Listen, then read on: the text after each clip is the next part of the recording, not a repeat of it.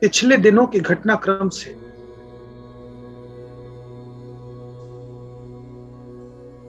जो मैंने आकलन किया, अनुभव किया कि कई बार ऐसी चुनौतियां प्रस्तुत होती हैं जो आपके आत्मविश्वास को डिगा देती है, हिला देती है।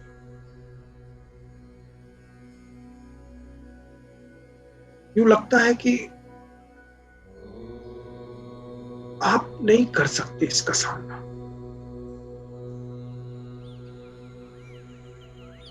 आप ऐसी अवस्था के लिए तो प्रिपेयर्ड नहीं थे। आपने कभी सोचा भी नहीं था कि ऐसा भी हो सकता है।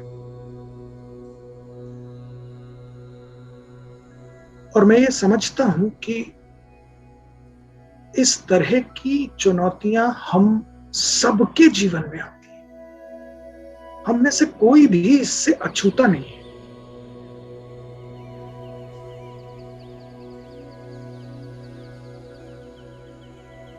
Every one of us has our own share of problems, challenges in life, adverse situations, which makes every one of us undergo tremendous pain, unbearable agony. But one has to carry on, overcome all these obstacles, gather one's own wits and stand up. Because as the cliche is, the oft repeated cliche, that the show must go on.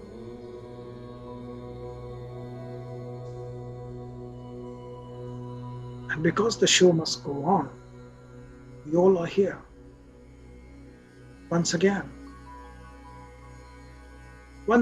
to surrender ourselves before the all might of the Brahma. We all are very minuscule, very small.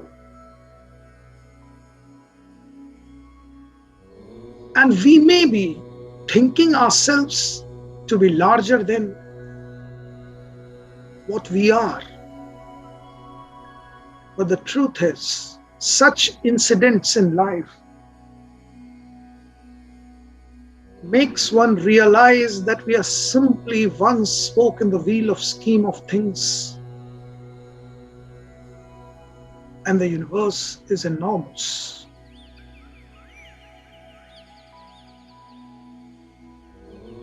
एक चुटकी का समय होता है और समा बदल जाता है।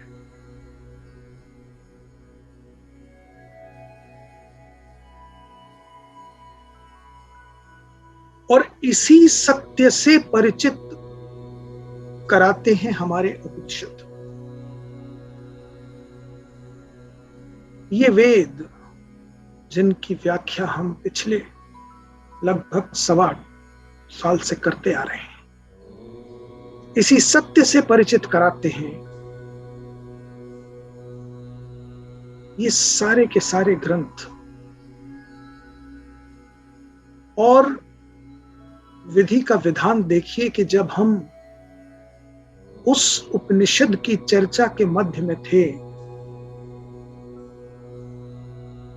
जो उपनिषद जीवन और मृत्यु के सत्य से हमें परिचित कराता है, तो जैसे विधि ने ये रच दिया कि आओ चलो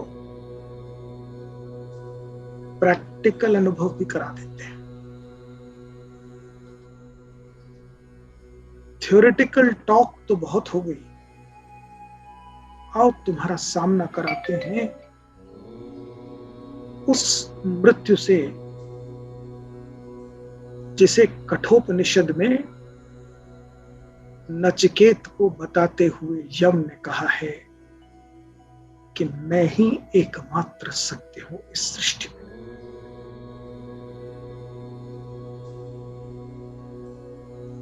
बाकी सब भ्रम है, सारी सृष्टि भ्रम है।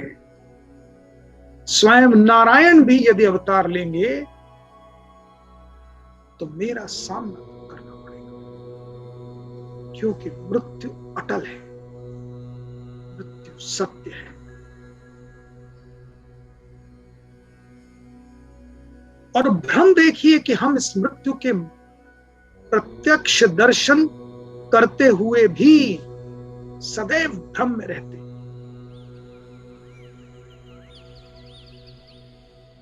और ये भ्रम कितना बलवती है कि हम सदैव सोचते हैं कि ये मेरे साथ नहीं,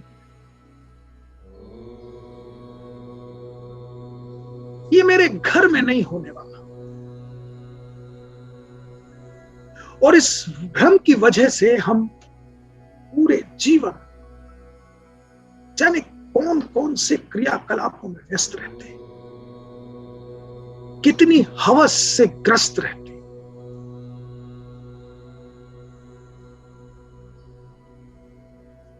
कितनी हाय हाय पूरे जीवन हम करते हैं, ये मेरा, ये मुझे चाहिए,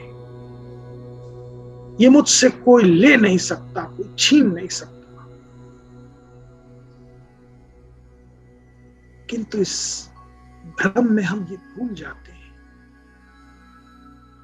कि कठोपनिषद में यमराज स्वयं कह रहे हैं, मुझसे बड़ा सत्य कोई नहीं।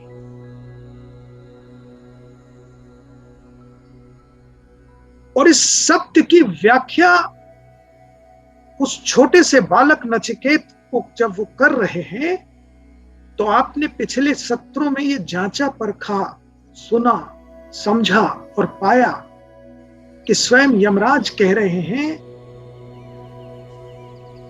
कि हे बालक, ये जिद छोड़ दो, तुम इस सत्य को नहीं समझ पाओगे।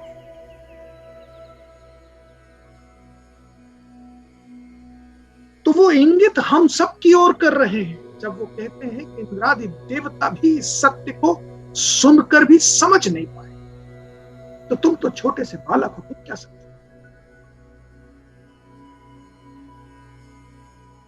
और नचिकेत दृढ़ता से डटा रहता है कि नहीं, मुझे तो इस सत्य से परिचित होना ही है। आपने मुझे 3 वरदान दिए हैं, तो तीसरा वरदान ही मेरा ये है। और जिस ओर यमराज इंगित कर रहे हैं कि मात्र सुनने से कुछ नहीं होगा, समझना और आत्मसात करना बहुत कठिन है। इसे समझने के लिए योग्यता चाहिए।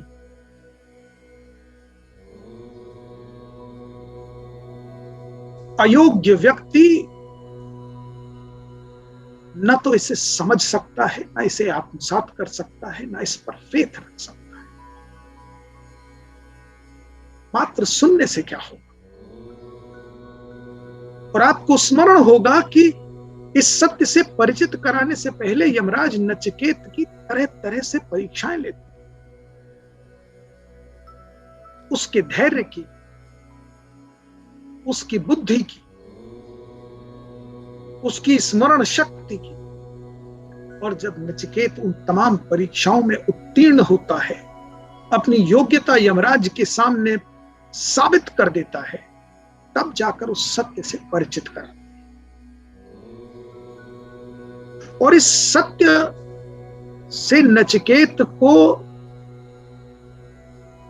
जिस कठोपनिषद के माध्यम से परिचित कराते हैं, वो कठोपनिषद तो सदियों से हमारे सामने प्रस्तुत है, किंतु हम में से कितने लोग नचिकेत हैं जो समझ पाते हैं,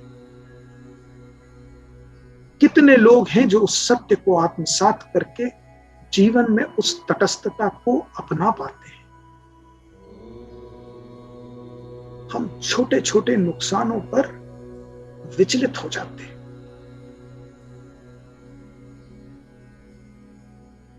छोटे छोटे कष्ट में हम भगवान की ओर देखकर आश्चर्य मिश्रित प्रश्न करते हैं कि मैं ही क्यों, मैंने ऐसा क्या किया।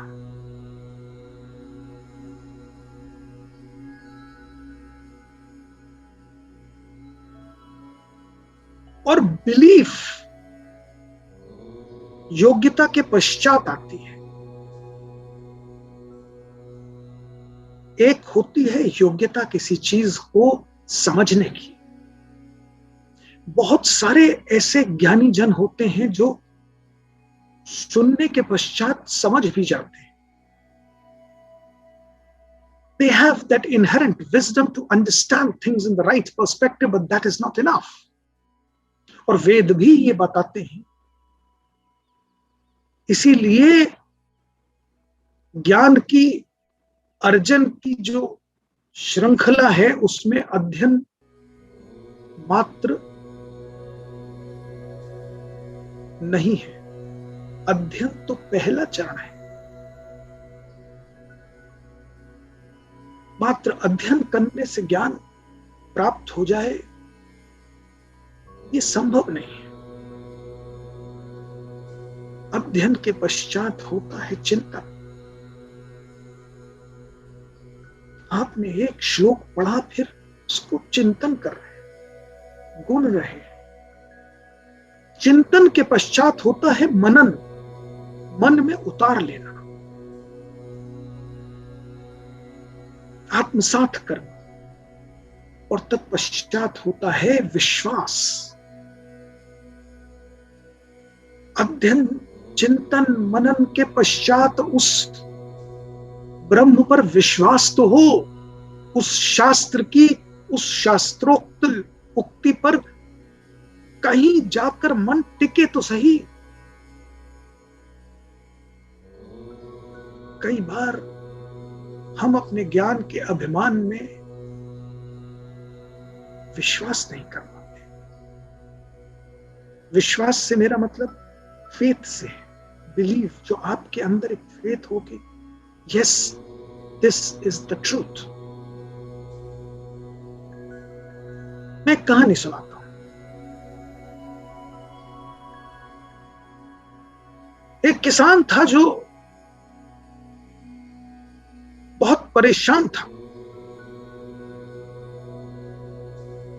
खेत सूख रहे थे। जितना अनाज संचित कर रखा था घर परिवार को खिलाने पिलाने के लिए, वो धीरे धीरे खत्म होता जा रहा था, क्षीण हो रहा था। और बारिश का नामो निशान नहीं था। 1 साल बीत गया, 2 साल बीत गए, 3 साल, क्या बारिश आने का नाम नहीं। उसे लगा 1 साल और बारिश नहीं आई तो जो कुछ बचा के रखा है खाने के लिए वो भी खत्म हो जाए, पर बच्चे भूखे मर जाए। तो एक दिन उसने अपने सारे परिवार को एकत्रित किया, अपनी पत्नी से कहा कि बच्चों को भी ले आओ और आओ हम सब भगवान से प्रार्थना करते हैं कि हे भगवान, बारिश कर दीजिए। बारिश आ जाए तो हमारे खेत लहला उठेंगे और हम इस मुसीबत से मुक्ति पा जाएंगे। पत्नी ने कहा कि अरे हम तुम चल के प्रार्थना करते हैं, पूजा करते हैं, बच्चों को कहां ये सब चीजों में। तो किसान बोला कि बात तो तुम्हारी सही है, किंतु मैंने ऐसा सुना है कि बच्चों की बात भगवान जल्दी सुनता है। क्योंकि मैंने तो यह भी सुना है कि बच्चे भगवान का रूप होते हैं, क्योंकि वो सत्य से ज्यादा करीब होते हैं, नजदीक होते हैं, निकट होते हैं। पत्नी मान गई। बच्चों से भी कहा कि चलो भगवान के सामने प्रार्थना करनी है बारिश लाने के लिए। किसान, उसकी पत्नी, उसके बच्चे सब बैठ गए हाथ जोड़ के भगवान के सामने। सब अपनी अपनी तरह से प्रार्थना करने लगे कि हे भगवान जल्दी बारिश आए।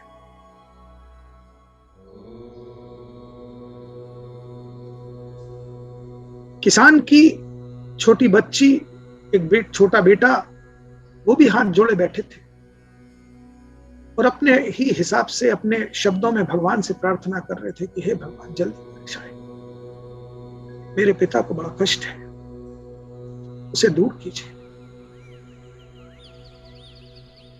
घंटा भर प्रार्थना करने के बाद सबने थोड़ा थोड़ा प्रसाद लिया और किसान खेत की ओर जाने को निकला।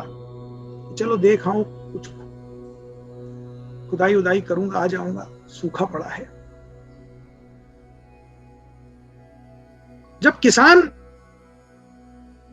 अपनी झोपड़ी के दरवाजे पर आया और खेत की ओर जाने लगा, तो उस किसान के छोटे से बच्चे ने आकर कहा कि अरे पिताजी, छाता तो ले जाइए।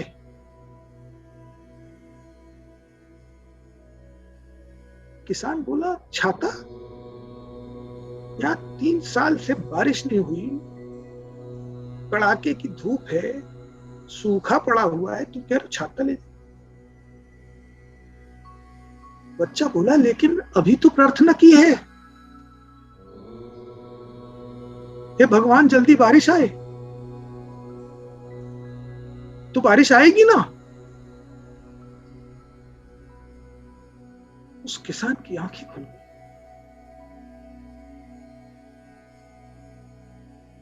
कि पूजा तो इन बच्चों ने की। कितना फेथ, कितना विश्वास, कितनी दृढ़ता, कितना समर्पण वो मेरी पूजा में था कहां? इस बच्चे को इतना फेथ कि इसने पूजा की तो बारिश आने वाली। अब परम पिता परमेश्वर से कह तो दिया, अब और कौन सी अथॉरिटी बची? तो छाता तो ले जाइए।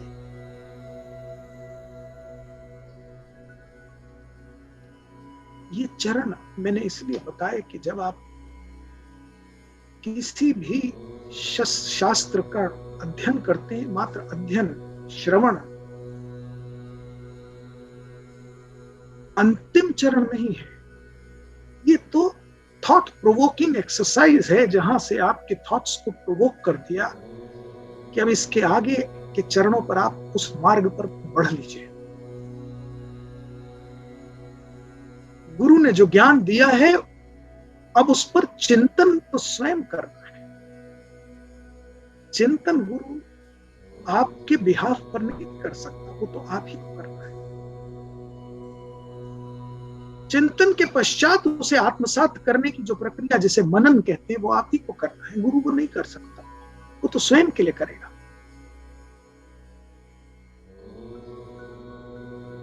और फेथ तो बहुत ही पर्सनल चीज है, विश्वास तो आपका अपना है, उसे आप आउटसोर्स नहीं कर सकते, कोई और आपकी बिहाफ पे नहीं कर सकता, वो आपको स्वयं करना है।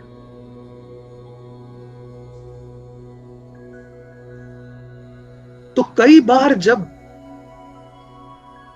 जीवन में ऐसे ऐसे घटनाक्रम होते हैं, आपके समक्ष कठिन परिस्थितियां प्रस्तुत होती हैं, विपरीत परिस्थितियां प्रस्तुत होती हैं, तब कहीं जाकर आपके फेथ की परीक्षा होती है, आपके विश्वास की, आपके चरित्र की परीक्षा होती है।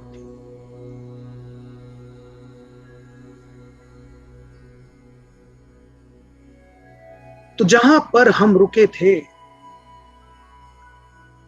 वहीं से अपनी यात्रा पुनः प्रारंभ करते हैं। कठोपनिषद के लगभग अंतिम वल्ली पर हम आ चुके थे। 2 अध्याय हैं, 3 वल्लियां हैं। द्वितीय अध्याय की 3य वल्ली तक हम पहुंच गए थे, जहां पर इस कठोपनिषद का भी निचोड़ सामने आ रहा है। The crux and the summary of Kathopanishad is comprised in the last chapter, and which is very, very important.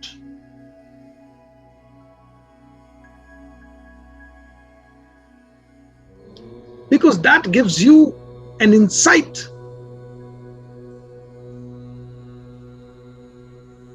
about your own existence.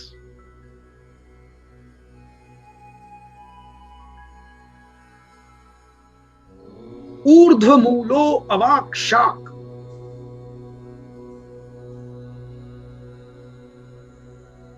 ऐशो अच्युतः सनातनः,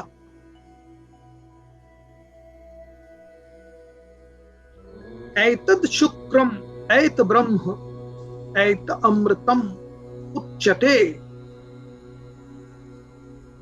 तस्मिन् लोकाः श्रिताः सर्वे, तदुन्नात्येति कश्चन ऐतत् वै तत्।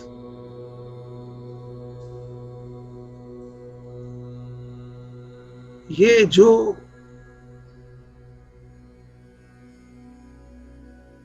सबसे बड़ा सत्य है, ऐसा सत्य न जिसका कोई आदि है, आदि अर्थात प्रारंभ, शुरुआत, अनादि है, और न जिसका कोई अंत है, अनंत है। अनादि अनंत जो कुछ भी होता है वो निरंतर होता है, और जो निरंतर है वही सनातन है।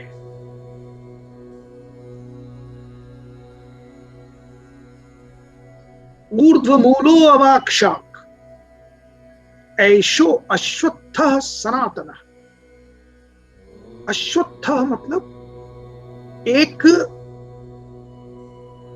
पीपल के वृक्ष की उपमा दी गई है, उदाहरण दिया गया है।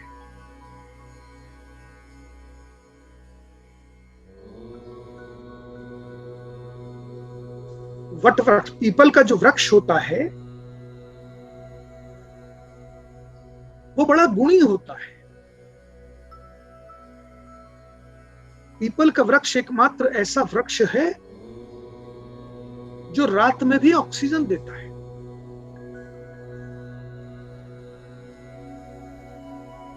आप पीपल के वृक्ष के नीचे रात्रि में विश्राम कर सकते हैं। उसकी आयु भी बहुत होती है। आपके जीवन काल में, जीवन शुरू होने से पहले जो पीपल का वृक्ष है वो आपके मृत्यु के पश्चात भी रहेगा। तो आपके पूरे जीवन काल में जो निरंतर है वही तो सनातन है, न जिसका आदि देखा न जिसका अंत देखा। अनादि है, अनंत है, इसलिए उसकी उपमा दी गई है। और उपमा देकर क्या बताया गया है कि ऐसा पीपल का वृक्ष ये सनातन है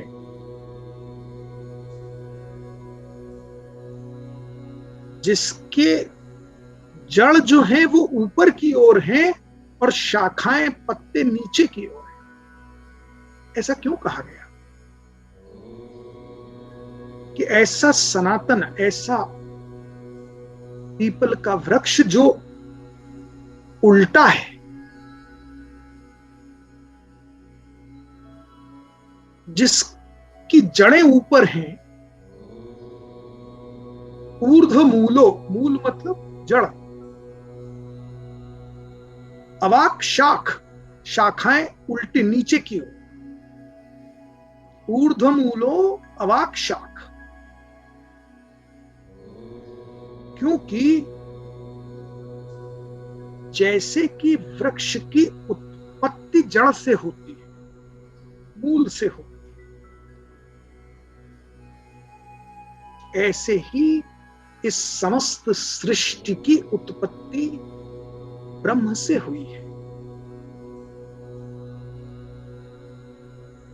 पर यह उल्टा क्यों है? उल्टा इसलिए है कि इस समस्त सृष्टि से बहुत ऊपर कहीं, ऊंचा कहीं स्थान ब्रह्म का है, और शाखाएं और पत्ते नीचे क्यों कहे गए हैं? क्योंकि जो कुछ दिखाई दे रहा है वो शाखाएं और पत्ते दिखाई दे रहे हैं वृक्ष के, किंतु वो सत्य नहीं है। पत्ते आपके लाइफ टाइम में झड़ जाते हैं, वो सनातन नहीं है। तूफान आने पर शायद शाखा गिर जाती है, वो सनातन नहीं है। पर जड़ मूल के समस्त समाज के साथ वो वृक्ष सनातन आपके जीवन काल से पहले है और आपके जीवन काल के बाद तक उपस्थित है। तो असली चीज है जड़ मूल, वो समझने की जरूरत है। प्रारंभ आपका पत्तों से हो सकता है,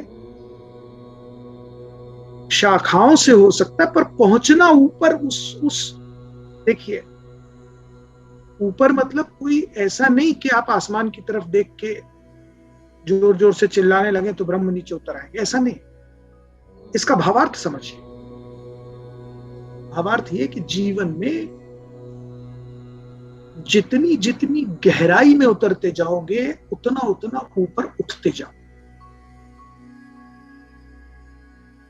विचारों की गहराई, ज्ञान की गहराई आपको आपके चरित्र का उत्थान करती है, ऊपर उठाती है। तो भावार्थ समझिए, ऊर्ध्वमूलो अवाक्ष्टाक,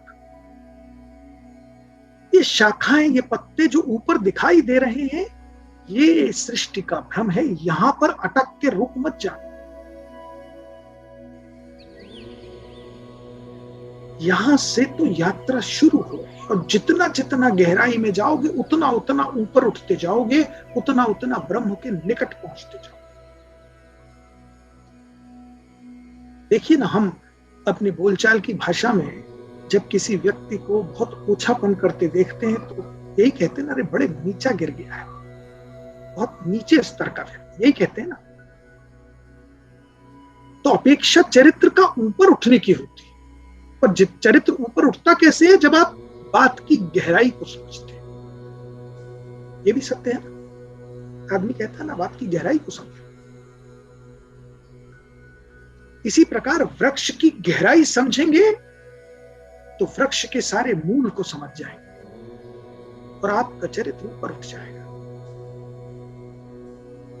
और जितना जितना ऊपर उठेंगे उतना उतना ब्रह्म के निकट पहुंचेंगे। इसीलिए अगली लाइन कहती है, एतद शुक्रम, ऐत ब्रह्म ऐतत अमृतम उच्यते। इसी को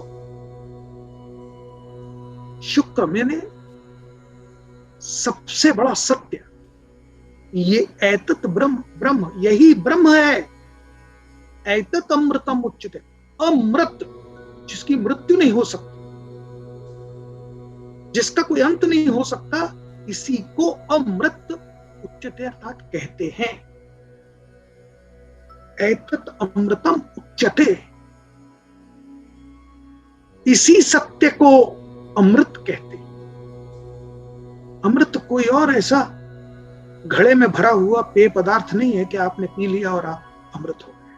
अरे ये ज्ञान ही अमृत है।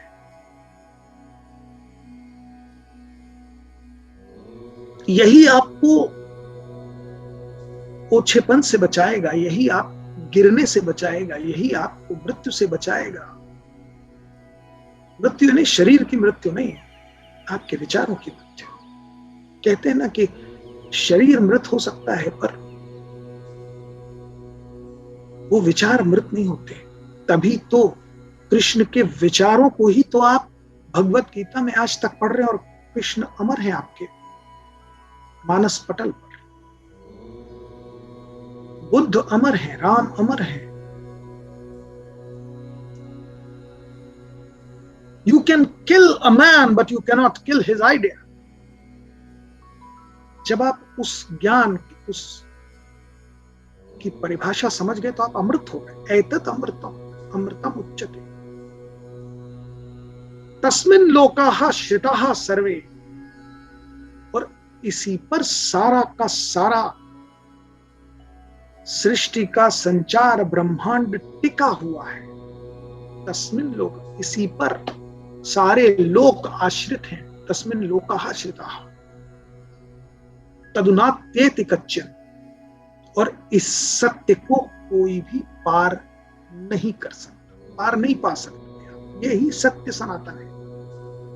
ऐतत्व ब्रह्म, यही ब्रह्म का है। ऐतत्व तत्व, तदर्थात ब्रह्म।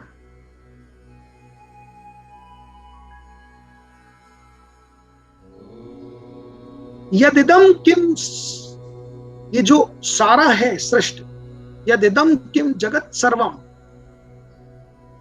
ये सारा जो जगत, सारा लोक, सारा आपके सामने जो प्रस्तुत सृष्टि है, प्राण एजति निःसृतम, ये सब कुछ उस ब्रह्म से निकला हुआ है। निःसृतम अर्थात उसी से उत्पत्ति हो रही है, उसी से उत्पन्न हो रहा है। प्राण एजते निःसृतम। ततः ये जो कुछ आप देख रहे हैं, महद भयम वज्रम मुद्यतम, महद भयम महान भय उत्पन्न करने वाला, वज्रम मुद्यतम, एक प्रकार से उठा हुआ वज्र के समान। वज्र अर्थात एक ऐसा शस्त्र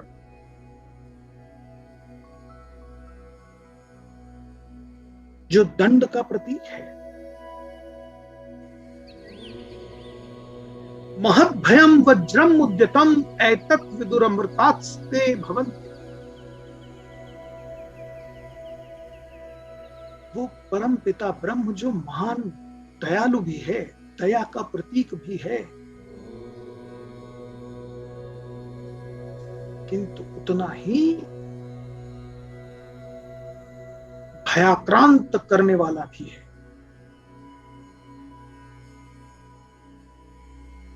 आपने डिसिप्लिन तोड़ी, अनुशासन तोड़ा के वज्र उठा ही हुआ है।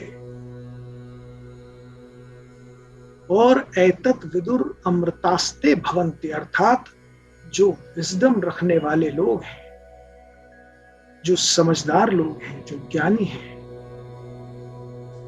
वो इस बात से परिचित होने से अमृतास्ते भवन्ति, अमृत हो जाते हैं।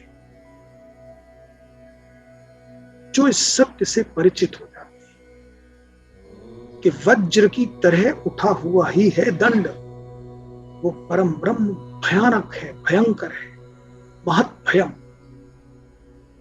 अब ये तो शब्दार्थ है, भाव समझिए,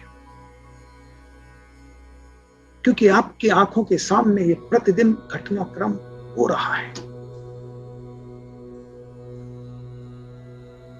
प्रकृति का कोई भी अनुशासन भंग करके देखिए दंड मिलता है कि नहीं। मनुष्य की प्रजाति ने प्रकृति से छेड़छाड़ की और ग्लोबल वार्मिंग हो गई। वातावरण से आपने जरूरत से ज्यादा छेड़छाड़ की है। वृक्ष काट डाले, नदियों पर बांध बना दिए, नदियों की धाराएं बदलने लगी, समुद्र को पाट कर उस पर मकान बना दिए और नाम दिया रेक्लेमेशन। रेक्लेमेशन शब्द की उत्पत्ति होती है रिक्लेम करने से। रिक्लेम किया हुआ जगह रेक्लेमेशन। तो देखिए, अहंकार की जो पराकाष्ठा है, बुद्धू बनने की जो पराकाष्ठा है, कितनी हास्यास्पद है कि आप कह रहे हैं we have created a reclamation, we have reclaimed our land from समुद्र। अरे भैया, किसी के बाप ने तुमसे छीना था क्या? समुद्र तुमसे छीन के ले गया था कि तुमने रिक्लेम कर लिया? और कितना अहंकार कह रहे हो रिक्लेमेशन, उस पे मकान बना लिया। ये भूल गए कि महत् भयम वज्रम उद्यतम, जिस दिन प्रकृति रिक्लेम करने आएगी तो भागते जगह नहीं मिलेगी। ये भूकंप, ये सुनामी, ये प्राकृतिक रिक्लेमेशन है। फिर प्रकृति भी रिक्लेम करती है, अच्छा बहुत हमसे छीना था ना, रिक्लेम कर रहे थे और अपने आप को झुठला रहे थे कि reclaim. Had it been claim तो भी बात समझ में आती, यू आर क्लेमिंग समथिंग। अरे समुद्र के सामने बैठकर भगवान राम ने भी प्रार्थना की थी कि मार्ग दे दो लंका तक जाने। प्रकृति के साथ धृष्टता नहीं की थी, प्रार्थना की थी। उनने तो नहीं कहा कि लाओ I will reclaim, I will create a reclamation from Rameswaram to Lanka.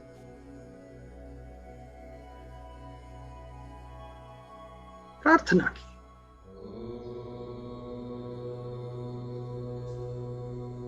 आज हम प्रार्थना कहां कर रहे हैं? हम तो जंगलों में रिक्लेम कर रहे हैं लैंड को और वहां मकान बना रहे हैं।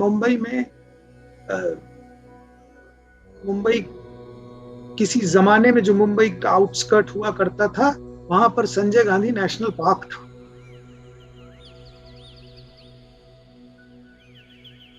जो कांदीवली बोरीवली वाला एरिया है, वहां से लेकर दूसरी तरफ थाने तक ये सब जंगल नेशनल पार्क था। इंसान बिल्डिंगें बनाते बनाते उस जंगल में भी घुस गया, और जंगल में जब घुस गया तो उन घरों में कभी चीता आ जाए, कभी लेपर्ड आ जाए, कभी कोई जानवर आ जाए, कभी कुछ अजगर निकल आए, तो अखबारों में छपे, ओ हो, these animals are encroaching upon the residential area. How funny is this? They are not encroaching, you have encroached their inhabited area. Where will they go?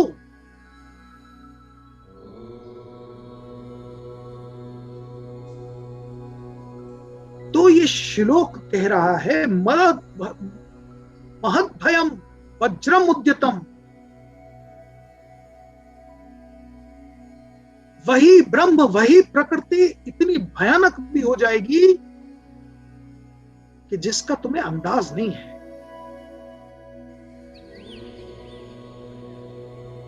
और आप जानते हैं ना, आप ये छोटे छोटे रिक्लेमेशन करते हैं, जिस दिन सुनामी आता है वो एक साथ सब साफ कर देता है। वो है वज्रम उद्यतम। जहां कहीं ज्वालामुखी फूटता है, आसपास के इलाके को सब साफ करके जला देता है। लोग तो ज्वालामुखी के पहाड़ों पे भी जाके मकान बना रहे हैं। फिर वो जब ज्वालामुखी फटने वाला होता है तो गवर्नमेंट को दोष देते हैं, अरे हमको हटा रहे हैं यहां से।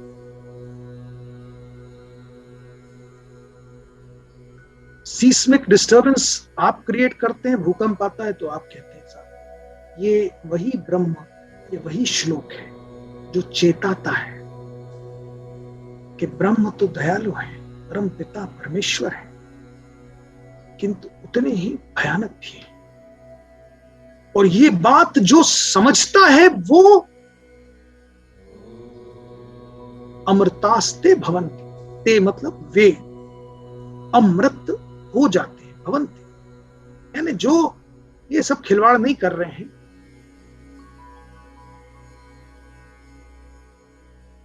वही तो अमृत है, बाकी तो मृत है। मृत प्राय तो है, जीवन में भी मृत प्राय। और मुझे तो ये जो वर्ड और दिया गया है डेवलपमेंट, लैंड डेवलप कर दिया। क्या डेवलप कर दिया? जो प्राकृतिक स्थान था उसे कृत्रिम स्थान बना दिया। अब आप एक बात बताइए, जो प्राकृतिक रूप से ब्रह्म का क्रिएशन है, उसे आप डेवलप कर रहे हैं। कितना बड़ा भ्रमजाल है, कितना स्वयं का अहंकार है। आप डेवलप नहीं, डिस्ट्रक्ट कर रहे हैं।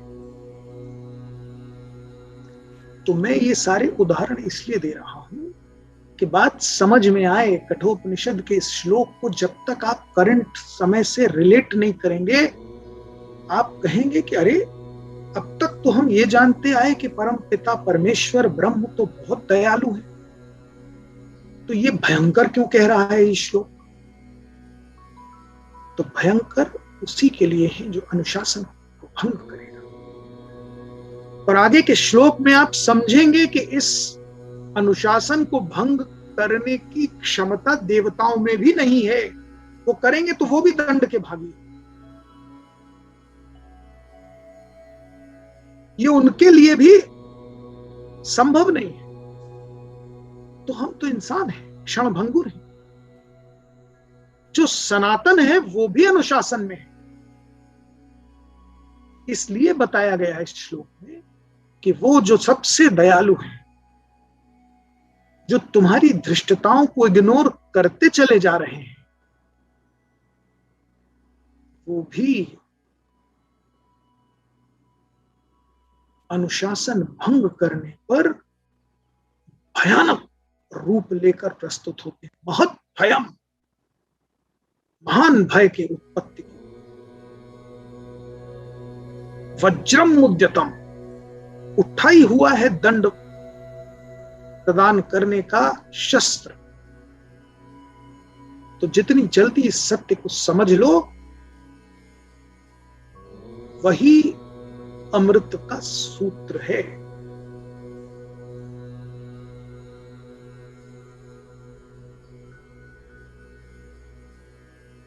भयात अस्य अग्नि तपति,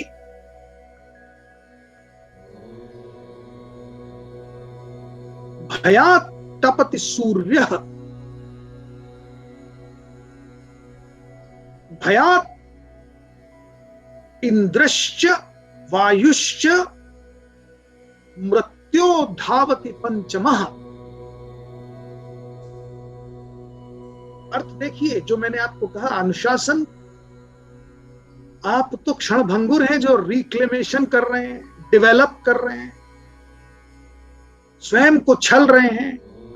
अगला श्लोक कहता है भयात अस्य तपति अग्नि। अरे जिसके भय से अग्नि भी प्रज्वलित हो रही है, जिसके भय से सूर्य उदय हो रहा है, अस्त हो रहा है और प्रज्वलित है। भयात तपति सूर्य, तप रहा है। किसके भय से तप रहा है? उसी ब्रह्म के भय से तप रहा है। अनुशासन भंग करने की का सामर्थ्य नहीं है।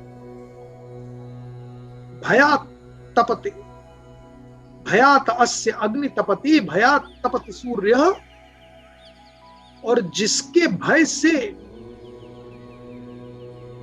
प्रकृति पर लगातार वर्षा हो रही, इंद्रश्च, वर्षा के देवता इंद्र, वायुश्च, ये जितनी पवन बह रही है जिससे आपकी सांसें चल रही हैं, और ये मृत्यु, आपके जीवन की समाप्ति पर आपके नश्वर शरीर से आत्मा को खींचकर कहीं ले जाने वाला यमराज भी जिस अनुशासन के तहत अपना कार्य निरंतर सनातन रूप से करता चला आ रहा है, ये पांचों, ये जो पंचमः, कौन कौन? अग्नि, सूर्य, इंद्र, वायु और मृत्यु, ये पांचों अपना अपना काम किसके भय से? उसी ब्रह्म के भय से अनुशासन पूर्वक अपना कार्य कर रहे हैं। भावार्थ समझिए।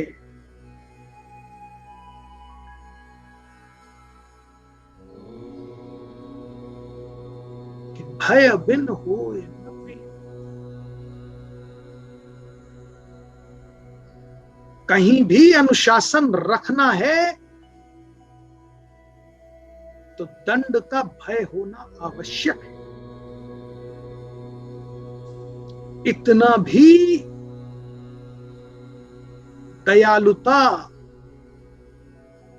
लाड़ प्यार उचित नहीं है कि अनुशासन भंग होने लगे।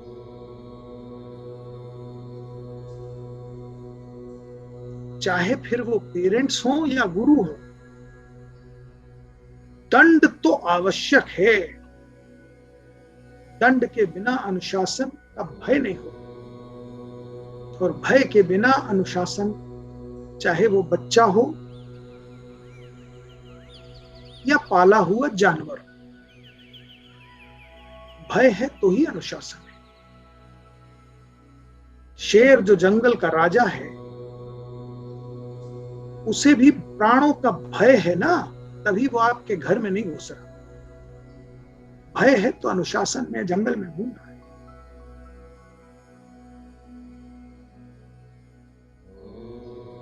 सारा अनुशासन जो कुछ आप देखते हैं वो भय से है। ये कानून का जो भय है वही आपको अपने घर में सुरक्षित रखे है, क्योंकि चोर उचक के घर में घुसने से डर रहे हैं। और जो भी क्राइम हो रहा है वो एक्सेप्शन है, रूल नहीं है। क्योंकि अगर ये सारा क्राइम रूल होता तो फिर एक भी व्यक्ति संसार में सुरक्षित और अच्छा जीवन जी नहीं पाता। लोग दूसरों के घरों में घुस रहे होते। ये जो चोरी चकारी लूट मार, ये सब एक्सेप्शंस हैं, ये रूल नहीं है। रूल जो है वो भय की वजह से, कानून का भय है। बड़े से बड़े गैंगस्टर, बड़े से बड़े इंडस्ट्रियलिस्ट जिन्होंने कुछ रूल तोड़ा है, वो भागे फिर रहे हैं संसार। भारत की धरती पर कदम नहीं रख पा रहे, किसके भय से? उसी कानून के भय। भय आवश्यक है। तो चाहे वो सूर्य हो, उससे भी भय है कि मैं अनुशासन भंग करूंगा तो मुझे नष्ट कर दिया जाएगा। चाहे वो अग्नि हो जो सबका संहार करती है, वो भी भयभीत, तब अनुशासन में है। भयात् अस्य तपति अग्नि, भयात् तपति सूर्य। भय से ये सब कुछ अनुशासन चल रहा है। तो जब एक और परमपिता परमेश्वर दयालु है, वहीं दूसरी ओर अनुशासन भंग करने के लिए भयंकर है, महान रूप से भयंकर है। दंड हेतु वज्र उठा हुआ है।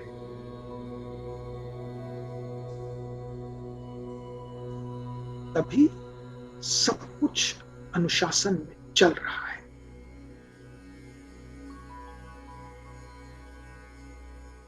और जिसने अनुशासन भंग करके स्वयं को बहुत बड़ा समझा, ईगो को बहुत बड़ा कर लिया, तो ये देखिए, ये ज्ञान वही है जो आप उपनिषद में पढ़ रहे हैं, वेदों में पढ़ रहे हैं, वही कथा के रूप में आपको प्रस्तुत कर दिया कि जब इंद्र को अहंकार हो गया कि मैं ही सृष्टि चला रहा हूं, तो अहंकार तोड़ने के लिए कृष्ण ने गोवर्धन पर्वत उठाकर इंद्र के अहंकार को तोड़ दिया, उसके नीचे सबको सुरक्षित कर दिया। ये कथा क्या है? कथा तो एक माध्यम है उस सत्य से परिचित कराने के लिए, एक दृष्टांत के रूप में देखो। ऐसा नहीं कि कोई पहाड़ उठा के खड़े हो गए उंगली। अरे मतलब जो ब्रह्म है, जो ज्ञानी है, उसके लिए छोटी सी उंगली के बराबर चीज है अहंकार। तो अब ये इस कहानी में मत फंस जाइए कि अच्छा मैं भी ट्राई करूं, मेरे तो उंगली पे एक पत्थर भी नहीं टिक रहा, इतना बड़ा पहाड़ कैसे उठा लिया। अब ये तो फिर वही बात है कि आप दृष्टांत में फंस गए। आप सब स्टूडेंट्स हैं, साइंस में भी इलस्ट्रेशंस होते थे, प्रैक्टिकल्स होते थे, वो उस थ्योरी को समझाने के लिए वो इलस्ट्रेशन। अब आप इलस्ट्रेशन में फंस जाए तो ये तो फिर आपकी कमी है। सत्य यही जो आपको भी यहाँ कठोपनिषद बता रहा है, इसी सत्य को कथा के रूप में प्रस्तुत कर दिया कि इंद्र को अहंकार हुआ तो ब्रह्म के रूप में, ब्रह्म ने अपने स्वरूप, अपने अवतार कृष्ण के रूप में ऐसा दंड दिया कि इंद्र का अहंकार टूट गया। वायुश्च इंद्रश्च वायुश्च मृत्यु भी जिससे भय खाती, इतने भयंकर वो ब्रह्म का स्वरूप है। आप ये देखिए, मैंने कहा था ना आपसे कि कठोपनिषद की जो अंतिम वल्ली है ये बहुत महत्वपूर्ण है, इतना कंसंट्रेटेड विजडम है इसमें। Crux of the knowledge, the summary is provided in this अंतिम वल्ली, जो सारे कठोपनिषद को समराइज कर रहे हैं यहाँ यमराज नचिकेत के लिए। और जैसे जैसे नचिकेत इस सत्य को समझ रहा है वैसे वैसे वो ब्रह्मवेत्ता हो रहा है। मैं आशा करता हूं कि आप भी नचिकेत की तरह ब्रह्मवेत्ता हो जाएंगे। विदुर एतत् अमृतास्ते भवन्ति, आप भी ये समझकर अमर हो जाएंगे। मुझे आशा है कि इतने दिनों के पश्चात हम सब जो पुनः मिले हैं, इस ज्ञान की परिचर्चा में आप लाभान्वित हुए होंगे। मैंने प्रयास किया कि उस कड़ी को जोड़ा जाए स्मूथली, क्योंकि बहुत लंबा अंतराल हो गया था। एब्रप्ट शुरुआत से शायद आप कनेक्ट नहीं कर पाते, और उसी समय की सीमा में व्याख्या भी करनी थी। तो आज चंद श्लोकों की व्याख्या की है और अगले सत्र में हम इसी चर्चा को आगे बढ़ाएंगे और ज्ञान से सराबोर नचिकेत की तरह आप सब भी ब्रह्मवेत्ता बनेंगे, ऐसी आशा के साथ बहुत बहुत नमन, बहुत बहुत धन्यवाद।